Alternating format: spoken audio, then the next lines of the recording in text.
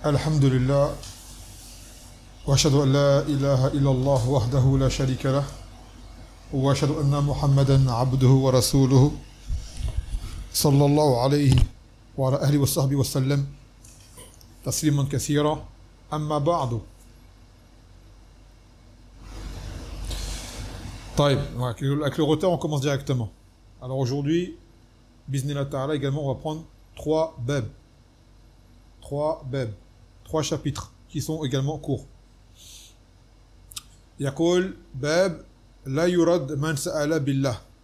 C'est le chapitre que l'on ne rejette pas la demande de celui qui demande par Allah.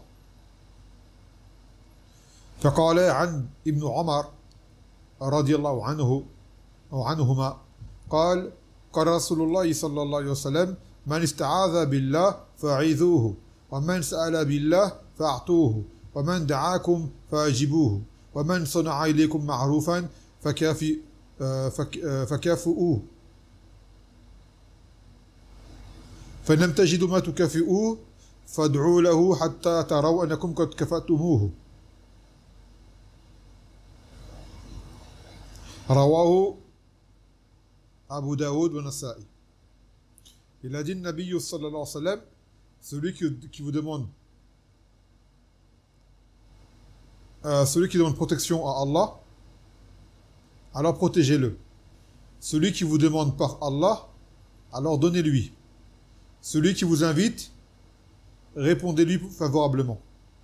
Celui qui agit avec vous en bien, alors rendez-lui ce bien. Et si vous ne trouvez pas de quoi lui rendre ce bien, alors invoquez pour lui jusqu'à ce que vous voyez que vous lui avez rendu le bien.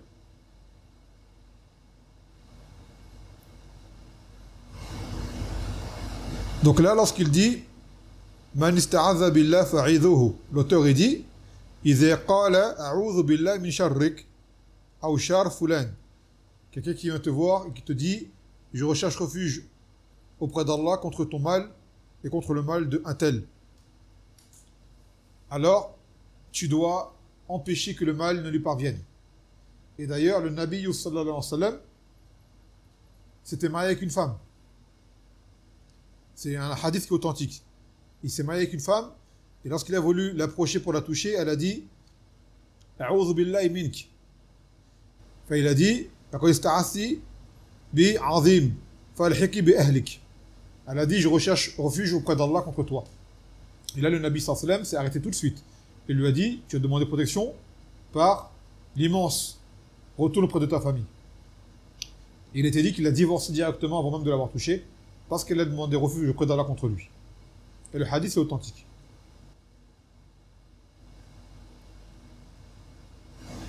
Il a dit, celui qui demande par Allah, alors demandez-lui. Donnez-lui afin. Yani man sa'ala bi wajhillah.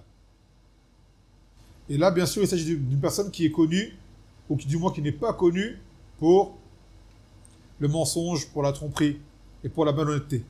Car vous savez, aujourd'hui, beaucoup de gens viennent et veulent soutirer les biens des gens par ce genre d'argumentation. Je te demande par Allah, il donne des versets, il donne des hadiths, tout ça pour soutirer de l'argent. Donc les gens qui sont connus pour cela, qui ont cela pour habitude, eux, on ne leur donne pas. À part si tu veux le donner, tu vas leur donner. Mais ne pas leur donner, ne fais pas abstraction à ce hadith, car ce hadith est valable pour quelqu'un qui est sincère, qui est véridique, et pour qui le mal n'est pas connu. Donc une personne qui ne laisse apparaître aucun signe de tromperie, te demande une chose pour Allah, sans que cela ne te cause de mal, et ne te nuise, alors réponds-lui favorablement. Étant bien sûr que la chose elle soit halal, évidemment. Il ne demande pas une chose qui soit haram. Puis, il a dit, celui qui vous invite, alors répondez à l'appel.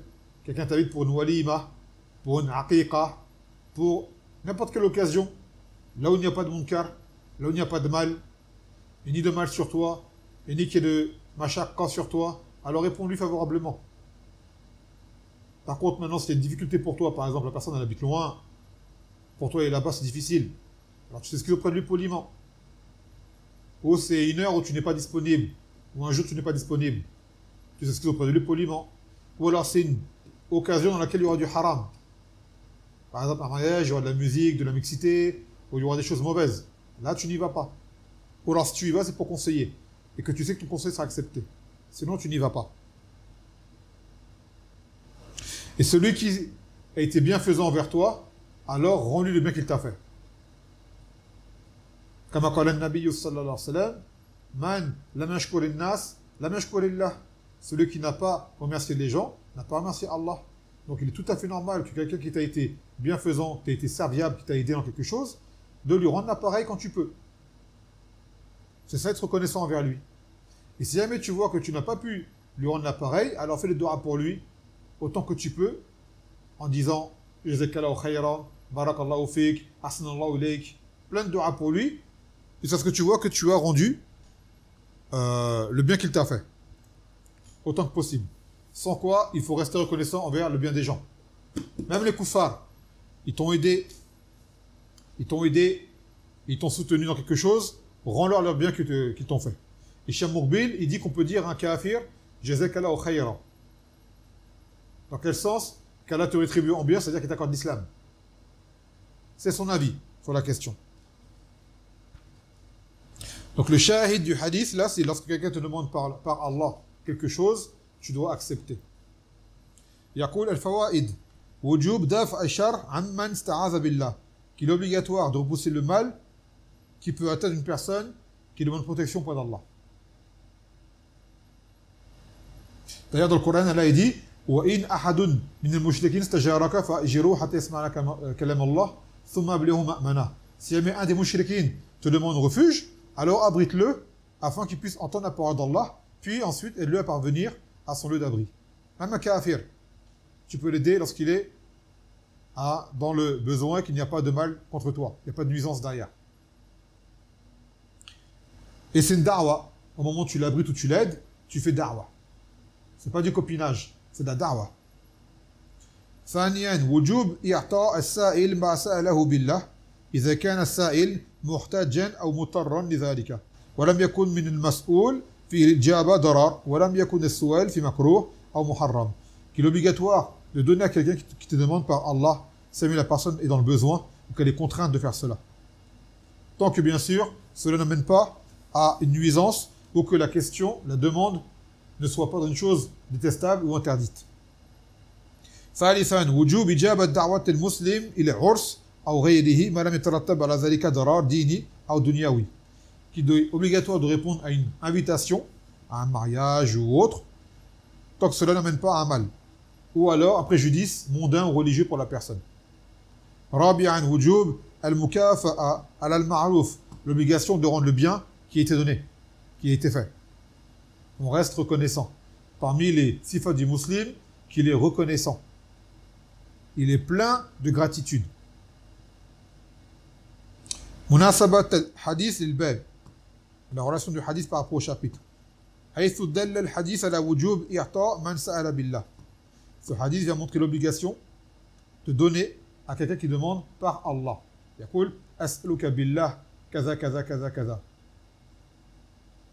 Rappelez-vous dans le hadith du chauve, du lépreux et de l'aveugle, on avait pris que l'ange qui leur avait donné leur faveur, par la suite, est revenu vers eux sous leur apparence. Et qu'est-ce qu'il a dit l'ange? As'aluka billazi a'taka al-lawn al-hasan wal-jid al-hasan wal-mal. Je te demande par celui qui t'a donné une belle peau, qui t'a donné des beaux cheveux, qui t'a donné une belle couleur, qui t'a rendu la vue. Donc il leur a demandé par Allah. Ce qui fait que de base, il aurait été obligatoire de le donner. Cependant, ils ont été ingrats, ils ne l'ont pas donné. Sauf l'aveugle. Munasabat al-hadith al-tawhid. La relation du hadith par rapport au tawhid. حيث دل الحديث على تحريم رد من سأل بالله لأن ذلك مناف لتعظيم الله وذلك مناف للتوحيد. Donc ce hadith vient montrer l'interdiction de refouler une personne qui demande par Allah, car cela s'oppose à l'exaltation d'Allah Azza wa Jal, chose qui s'oppose au tawhid. Car lorsqu'on te demande par Allah, le fait qu'on cite le nom d'Allah Azza wa Jal te montre que la demande elle est importante. Et aussi également lorsque les gens agissent de la sorte, par exemple toi tu as amené demain demander à quelqu'un, par Allah ne demande pas n'importe quoi. Tu demandes une chose qui est vraiment indispensable, dont tu as vraiment besoin. Tu ne demandes pas une chose dont tu peux te passer ou autre. Parce que la demande elle est importante quand tu demandes par Allah. C'est vraiment que tu es dans une situation de besoin. Donc ne pas être également là-dessus laxiste. Deuxième chapitre, min hada dars. Bab la yus'alu bi wajhillah illa al-jannah. Qu'on ne demande pas par le visage d'Allah autre que le Jannah. جاء عن جابر رضي الله عنه أنه قال قال رسول الله صلى الله عليه وسلم لا يسأل بوجه الله إلا الجنة. Il a dit le Nabi sallallahu alayhi wa sallam qu'on ne demande pas par le visage d'Allah autre que le Jannah. Après ce hadith, il n'est pas authentique. Il a été affaibli.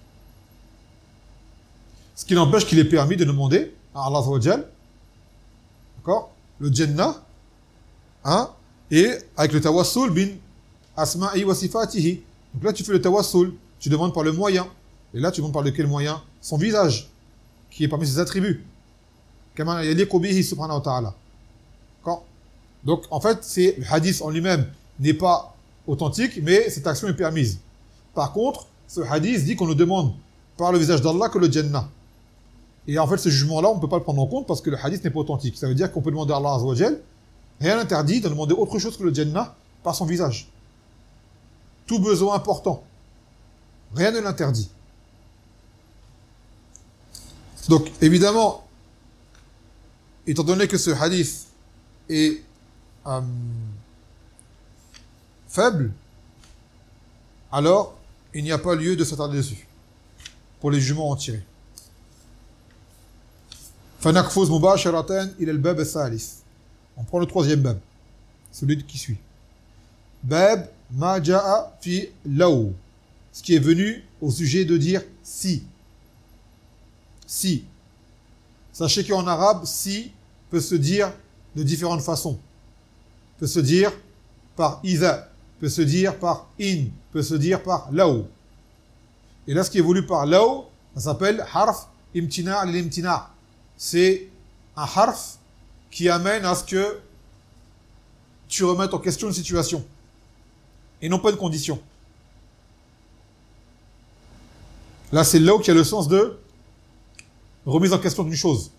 Genre, si tu n'as pas fait ça, si tu n'avais pas fait ça, il n'y aurait pas eu ça. Ou alors, si tu fais ça, il se passera ça. Par exemple. C'est là ou là. Donc c'est pas tout là où, du moins c'est pas tout si qu'on dit si en français qui se dit de la même façon en arabe. Ça dépend de la phrase. Donc là c'est là où. Donc là l'auteur ici un verset où Allah Azza wa Jalla dit law kana lana min al-amr shay'un ma qutilna ha huna. Dans le sens où il dit si jamais nous avions une part dans l'affaire, ça veut dire d'intérêt, une part de victoire, une part favorable, nous n'aurions pas été tués à tel endroit. Alors là, il s'agissait d'une parole des munafiqin qui, en fait, reprochaient, n'ont pas voulu aller au combat, et on dit que si jamais aller à ce combat vous avait été favorable, il n'y aurait pas eu de mort. Et bien sûr, cette parole, elle est fausse. Cette parole, elle est fausse. D'ailleurs, on va lire ce qu'a dit l'auteur par rapport à ce verset. قال وأخيرا يكشف نفاقهم مخبرا أنهم لم يثقوا بوعد الله ورسوله صلى الله عليه وسلم مستدلين على ذلك بقتلهم في غزوة أحد لأن الله سبحانه وتعالى يؤكد أن كل ما جرى حاصل بقضائه وقدره وذلك امتحانا لإخلاصهم وإظهارا لحقيقتهم.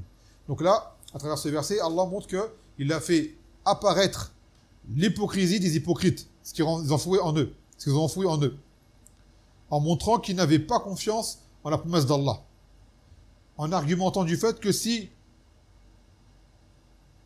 le fait que des musulmans aient été tués à Uhud, cela indique que la promesse d'Allah n'est pas véridique. Car si elle avait été véridique, à Uhud, il n'y a pas eu de mort. Et vous le savez, à Uhud, la défaite qui a eu lieu. Pourquoi elle a eu lieu à Uhud? Parce que des compagnons, malheureusement, ont enfreint l'ordre du Nabi sallallahu alayhi wa sallam. C'était les archers qui étaient placés, qui devaient garder leur poste jusqu'à nouvel ordre. Et quand ils ont cru que les musulmans avaient gagné, et qu'il y a eu le butin qu'elle partageait, ils ont cru qu'ils pouvaient descendre, qu'il n'y avait plus besoin de leur présence. Donc de là, ils sont descendus, et de là, l'ennemi a vu la faille, a fait le tour de Daya Uhud, et est venu, et ils ont fini par causer la défaite des musulmans. Donc en fait, la victoire promise par Allah, à base, elle était promise. Mais à quelles conditions? À condition de respecter l'ordre du Nabi sallallahu alayhi wa sallam. Et c'est valable pour toute chose. Toute promesse d'Allah qui a été faite dans le Coran, dans la religion, elle est basée sur une condition. Elle n'est pas dans l'absolu. Allah a promis le Jannah, mais comment? À qui? Aux croyants, sincères, mukhlis, muwahid, qui fait la salat, qui suit la sunna, ainsi de suite. Donc une personne qui enfreint des conditions, bah par la suite, elle ne peut pas dire que la promesse n'est pas véridique. On va dire non, c'est toi qui n'as pas respecté la condition pour que cette promesse s'accomplisse. Donc il n'y a aucun homme à faire. Et en fait, malgré cela, Allah Azza wa Jal a montré et accordé la victoire aux musulmans par la suite. Pour montrer que ce que Allah Azza wa Jal veut se déroule. Et ce qu'il ne veut pas ne se déroule pas. Donc dire là-haut ne sert à rien. Si tu n'avais pas fait cela, il ne serait pas passé ceci. Si jamais tu avais fait ça, il serait passé ceci. On dit tu ne sais pas. Tu ne sais pas. Qu'est-ce qui serait passé? Donc en fait, c'est là où ça vient, ceci, il revient à contester le qadar. Voilà pourquoi il est interdit. Il revient à contester le qadar et à prétendre connaître ce qui n'aurait pas eu lieu. Et ça, personne ne le connaît par Allah subhanahu wa ta'ala. يقول أنا الخير والشر مقدر من الله عز وجل. Donc le bien et le mal sont destinés par Allah subhanahu wa ta'ala. Après il dit ثانيا أن الشدائد تظهر الحقائق, que les difficultés font apparaître les réalités. Et ça c'est vrai. C'est tellement vrai, je pense que vous l'avez tous constaté. C'est pour ça que le Nabi sallallahu alayhi wa sallam l'a dit Ta'arraf ala Allah fi raha, ya'rifuka fi shidda. Dans le sens, reconnais Allah dans l'aisance, Allah te reconnaîtra dans la difficulté. Ça veut dire, n'attends pas dans la difficulté pour connaître Allah Azza wa Jal et pour l'obéir. Ce n'est pas quand ça va mal qu'on vient vers lui. On revient vers lui. Mais de base, pour que tu aies sa délivrance, son secours, c'est que déjà tu venais vers lui quand tout allait bien. Car il y a des gens, malheureusement, tu ne les vois que ça ne va pas. Ou le contraire, tu as des gens, dès que ça ne va pas, tu ne les vois plus. Ou tu as des gens, dès que ça ne va pas, ils t'abandonnent. Tu vois leur vrai visage. Et des ulama, ils le disent, que justement, c'est dans la difficulté que tu vois qui est ton ami. Qui sont les vrais frères, les vraies sœurs. Qui sont les vrais soutiens. C'est quand ça ne va pas. Parce que quand ça va, il n'y a pas de raison. Mais quand ça ne va pas, c'est là que tu vois qui est-ce qui est avec toi. Qui est-ce qui te soutient? Qui t'encourage? Qui te conseille? Qui te tient par l'épaule? Qui te défend quand tu es lésé? Et ainsi de suite. C'est là que tu le vois. Pareil, les musulmans auparavant, lors du djihad, c'est là qu'on voyait qui étaient les vrais. Et aussi, les gens qui sont, justement, qui en font mauvais, qui ne sont pas sincères, les munafiqoun et autres, c'est quand la difficulté elle apparaît que tu sauras à qui tu as affaire. On le dit souvent, les gens savent. Quand tout va bien, c'est facile de parler. Mais quand la réalité arrive, c'est là que tu vois qui était sincère, qui était véridique. D'où le fait qu'il y ait des fitnas également en religion, pour savoir qui est sincère, qui est véridique. Donc c'est lors des difficultés que tu vois à qui tu as affaire. Les frères que tu connais bien, quand ça va pas, tu vois comment ils se comportent. Même demain, il y a une divergence, tu vois comment ils se comportent. L'épouse, tu vois comment elle se comporte quand ça va pas. L'époux, tu vois comment il se comporte quand ça va pas. Et là, tu sais tu as un peu un visage qui t'apparaît de la part des gens. Tu as des gens, tu penses du bien d'eux, subhanallah. Une fois qu'il y a eu un désaccord ou quelque chose, là, tu te rends compte que tu avais affaire à une personne qui était mauvaise. Quand tout allait bien, ça allait bien. Mais maintenant, quand il y a un désaccord qui est peut-être soit réglé à l'amiable ou soit délaissé, non, la personne, elle devient mauvaise. Et il a dit le Nabi sallallahu alayhi wa sallam parmi les alamat du munafiq, il est khasama fajara. Lorsqu'il rentre dans un divergent avec toi, il devient outrancier. Il dépasse ses limites. Ça, quand est-ce que tu vois, il est khasama. Quand il se dispute avec toi. Tu le vois faire des choses, de trahison. Parler sur toi injustement, mentir sur toi, changer des choses pour te faire passer pour une personne fautive alors que ce n'est pas le cas. ثالثا الاعتراض على القدر من علامات النفاق الاعتقادي. Que le fait de contester justement le qadar, le destin, serait parmi les signes du nifaq al-i'tiqadi. C'est lequel le nifaq al-i'tiqadi? C'est dommage, j'aurais bien aimé vous interroger de temps à autre, mais c'est pas faisable par télégramme. Pour voir qui suit, qui est attentif. On a expliqué que le nifaq, il est de deux sortes. Il y a le amali, c'est le fait de cacher ou de laisser apparaître le contraire de ce qu'on pense, qu'on appelle l'hypocrisie au sens linguistique, et l'irtiqadi, il n'y a pas de son?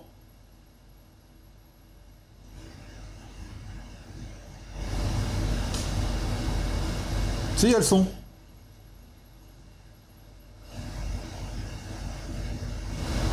Taïb, barakallahu fik. Il y a un frère qui écrit qu'il n'y a pas le son. Donc je vous disais, le nifaq al-i'tiqadi, c'est ibtan al-kufr ou izhar al-islam. C'est le fait de cacher le kufr et de laisser apparaître l'islam.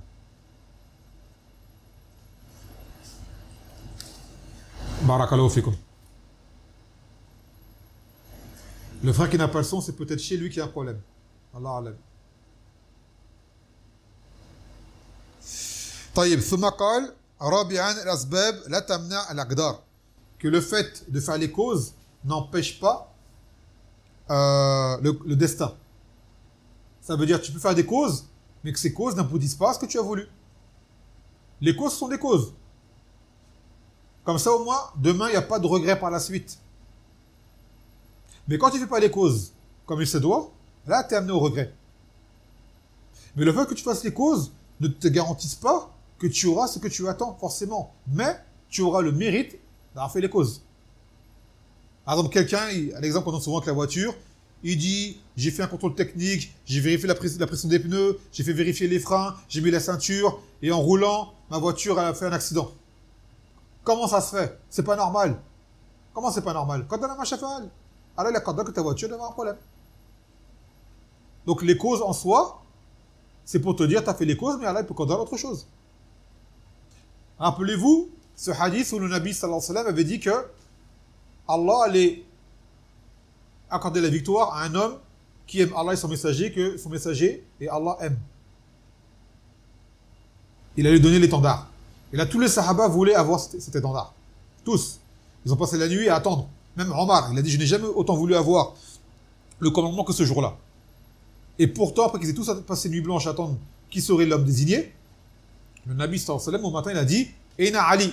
Ils ont dit, Ali, il est dans un coin, il avait mal aux yeux, il avait une maladie aux yeux. Il l'a appelé, il l'a crachoté dans ses yeux, puis il lui a donné l'étendard. Et Ali n'a fait aucune cause pour avoir l'étendard, il était même pas au courant. Alors que les autres étaient là, soucieux d'avoir l'étendard, et pourtant c'est Ali qui était loin de ceux-là qui n'étaient même pas au courant, qui a eu l'étendard. Donc, c'est le qadar. Donc, faire les causes ne te garantit pas le résultat. Mais malgré tout, le tawakkul, c'est de faire les causes. C'est de faire les causes. يكون مناسبة الآية للباب. La relation du verset par rapport au chapitre. حيث دلت الآية على تحريم الاعتراض على القدر. Donc, ça, je l'ai dit déjà, ce verset vient pour montrer l'interdiction de contester le destin. Quand on dit, si j'avais fait cela, il serait passé cela. Ça amène à contester le destin. Car ça veut dire que ce qui t'est arrivé, tu n'agrées pas. Il faut dire, qaddara ma shafa'il, ça m'est arrivé, ça m'est arrivé. Quelqu'un il dit, ouais, il est parti à droite.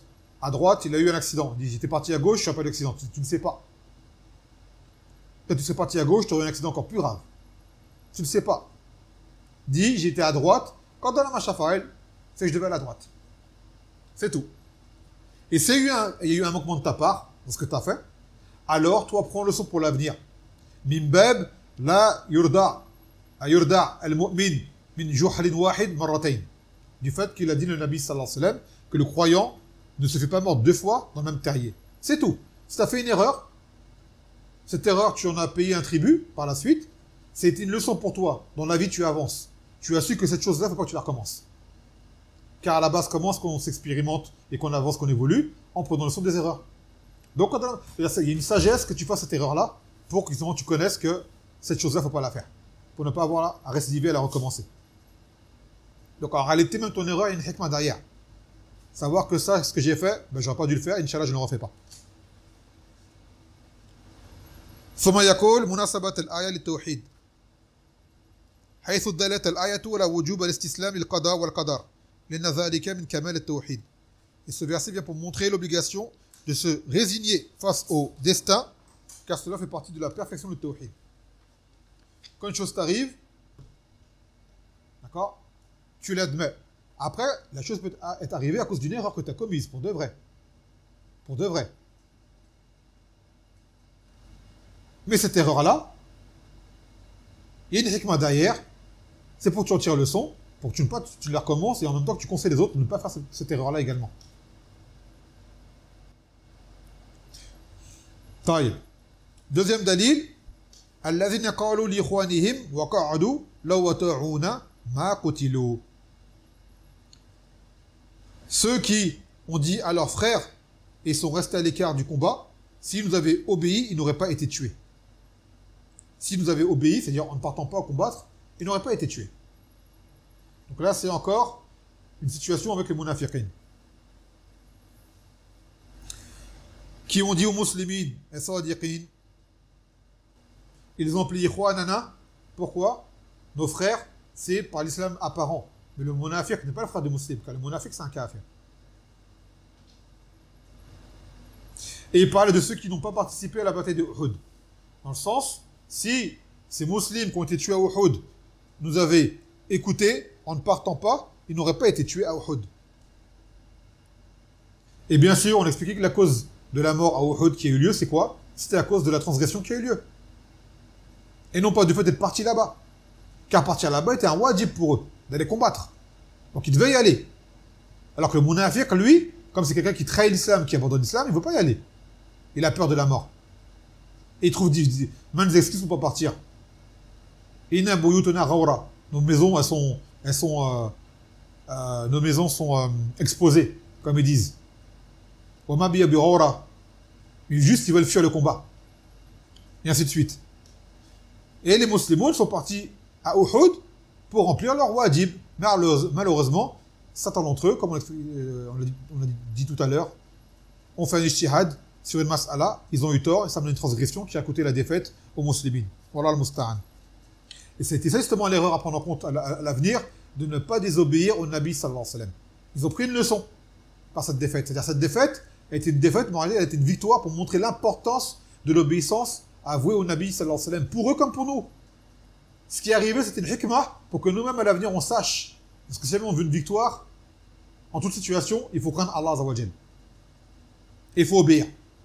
Discipline, rigueur et obéissance. Ce sont les clés d'une réussite en islam. Ma passion, révolte, insurrection, rébellion, ce qui s'ensuit, c'est l'échec assuré. Division, c'est l'échec assuré. Wa ati'u Allah wa ati'u Rasul.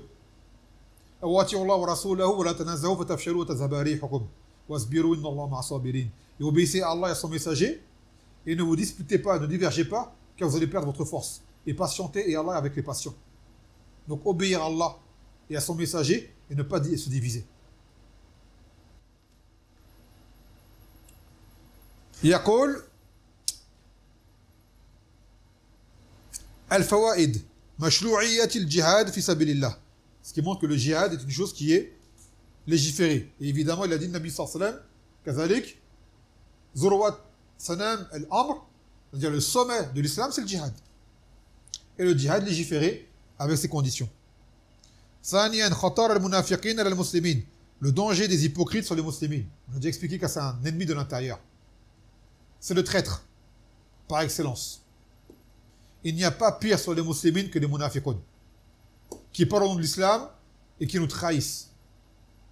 Et comme ils sont nombreux en cette époque, comme ils sont nombreux, et c'est eux que les koufars mettent en avant en notre nom, qui représentent les musulmans en France, la plupart c'est des gens qui ont du nifaq. C'est-à-dire ils ont un discours complaisant pour les koufars et qui nous trahissent, nous abandonnent. Dès qu'il y a une loi contre nous, ils sont là en train de l'approuver. Abandonner le hijab, abandonner telle chose, interdire telle chose, interdire tel rite. Ils sont tout le temps là, en première ligne, pour cautionner. En disant respecter les lois de la République. Les lois respectées sont celles d'Allah azza wa jal. les États de la République s'y accordent, alors on respecte, on observe. Si elles transgressent, la ta'a li al-makhlouk fi ma'siyati al-khaliq. On n'obéit pas à la créature dans la désobéissance au créateur. C'est la loi d'Allah qui compte et qui est au-dessus de tout. Et eux, ils sont toujours là pour faire passer la religion en deuxième, troisième, quatrième, cinquième, en dernière position. Et les koufars l'ont compris. C'est pour ça qu'ils choisissent ces gens-là pour parler en notre nom. Mais ces gens-là ne parlent qu'en leur propre nom. Et encore avant, les munafiqoun se cachaient. Ils se cachaient. Aujourd'hui, ils sont apparus, ils sont présents. D'accord? Ils sont présents. Et d'ailleurs, certains disent que le zindiq, c'est le munafiq qui ne se cache pas et qui extériorise son nifaq. Et qui parle au nom de l'islam, mais qui en réalité détruit l'islam.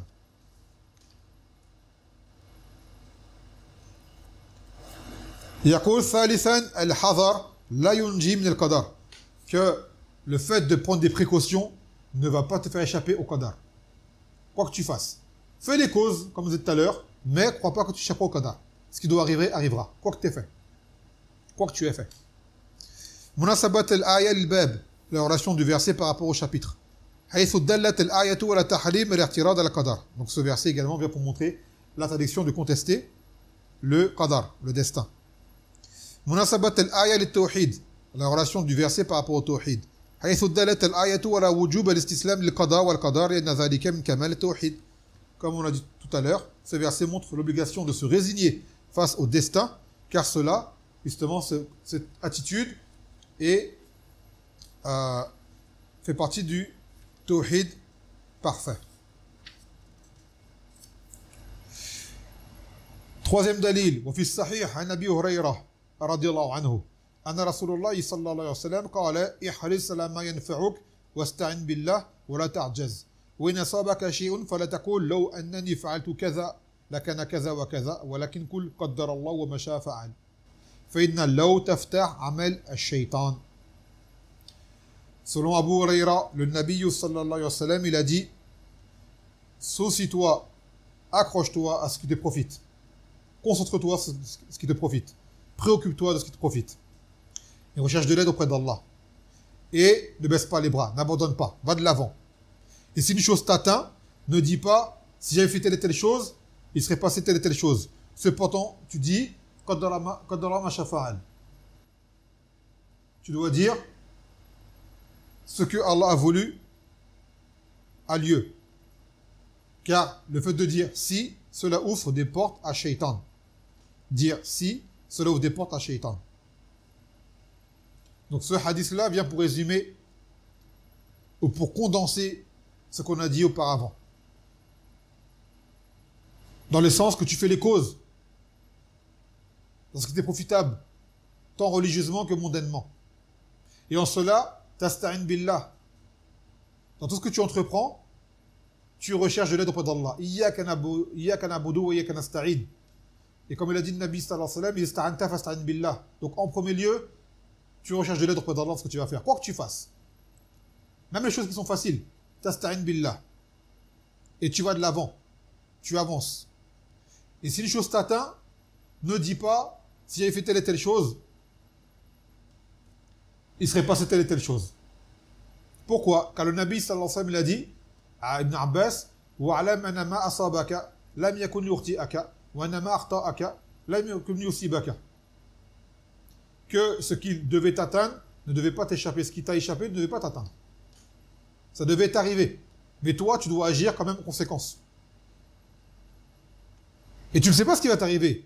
Donc, fais les causes, va de l'avant, et ista'in billah.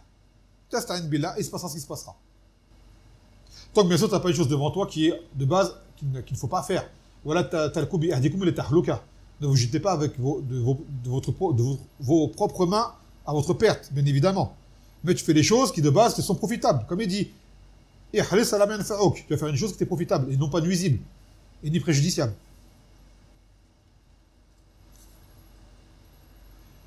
Donc il dit les fawaïd. Al-arz bil-asbab la yunafi at-tawakkul. Le fait de prendre des causes ne s'oppose pas au tawakkul. Bel hadha min at-tawakkul. Cela fait partie du tawakkul. ثانيا أن الإنسان مخير لا مسير. Que l'insan, il a le choix, il n'est pas contraint. Ne pas prendre d'excuses. Allah, il a qadar, donc je vais faire la chose malgré moi. Non. Quand tu fais une chose, tu sais que tu l'as fait. Tu sais que tu as le choix de la faire. Tu ne sois pas contraint dans ce que tu fais.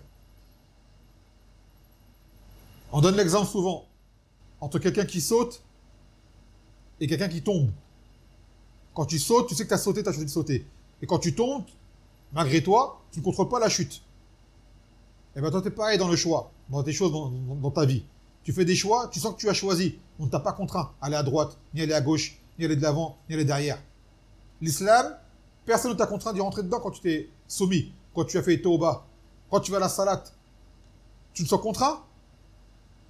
Non, tu sens que tu as le choix d'y aller. Si tu veux ne pas y aller, tu n'y vas pas. Tu as le libre arbitre. Comme Allah Ta'ala, وَمَنْ شَاءَ فَلْيُؤْمِنْ وَمَنْ شَاءَ فَلْيَكْفُرْ.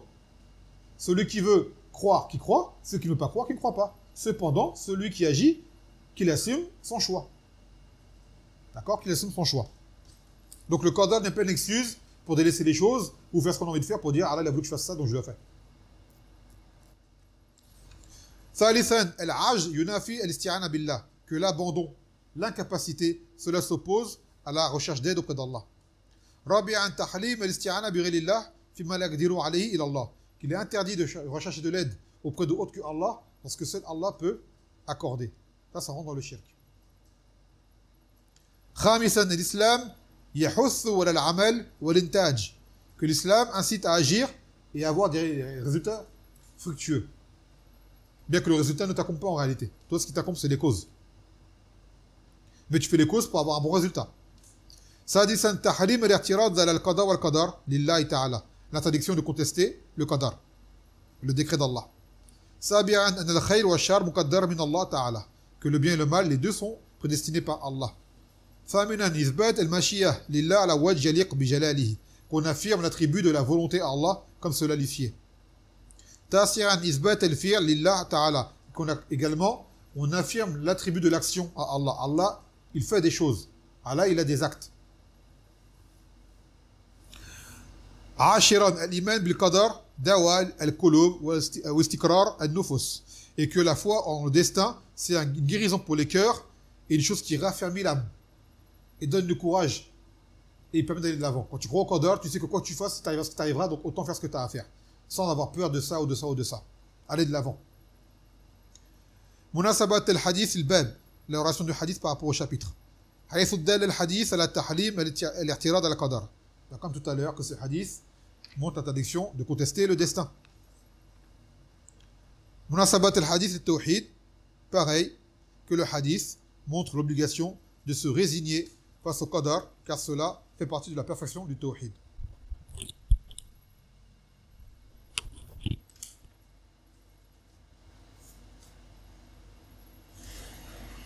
Je pense qu'on va prendre un quatrième bab parce qu'il est court et en plus il est déjà répété, Inch'Allah. On va le prendre rapidement. Bab al-nahi an sab ar-rih, l'interdiction d'insulter le vent. Alors ça revient à ce qu'on a pris auparavant, l'interdiction d'insulter le temps. Car le temps, on a dit al-dahru wallah. Ana uqallibul layl wan nahar. Donc tout cela revient à la même mas'ala. C'est pour ça que je l'ai pris là, parce qu'en fait ça revient à ce qu'on a été dit. Donc on cite le dalil et la mas'ala a déjà été citée. Qu'on n'insulte pas le vent, ni la pluie, ni rien. Tout cela vient du décret d'Allah Azza wa Jalla. Et insulter le vent revient à insulter le décret d'Allah. Car c'est Allah qui envoie le vent et le vent obéit à Allah subhanahu wa ta'ala.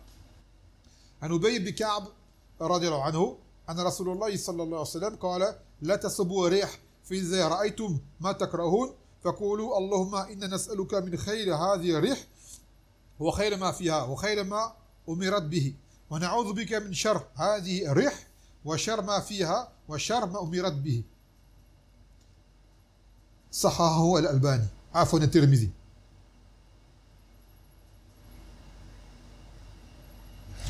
Il dit, le Nabi sallallahu alayhi wa sallam, n'insultez pas le vent. Et si jamais vous voyez ce qui vous déplaît, alors dites, ô Allah, nous te demandons le bien que contient ce vent et le bien pour lequel elle était ordonnée.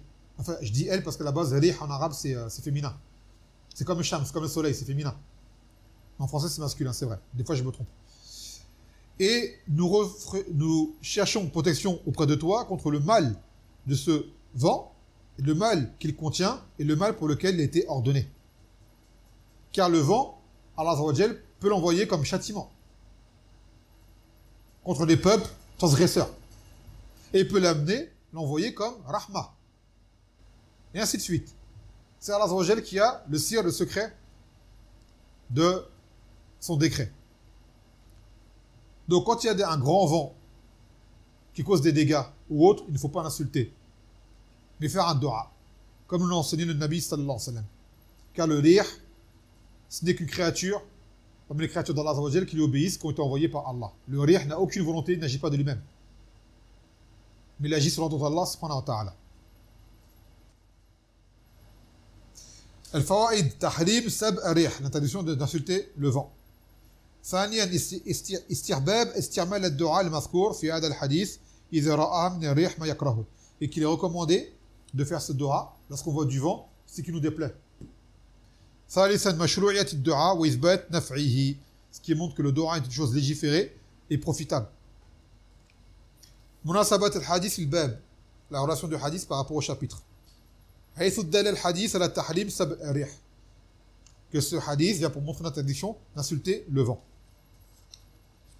مناسبة الحديث التوحيد, la relation du hadith par rapport au tawhid.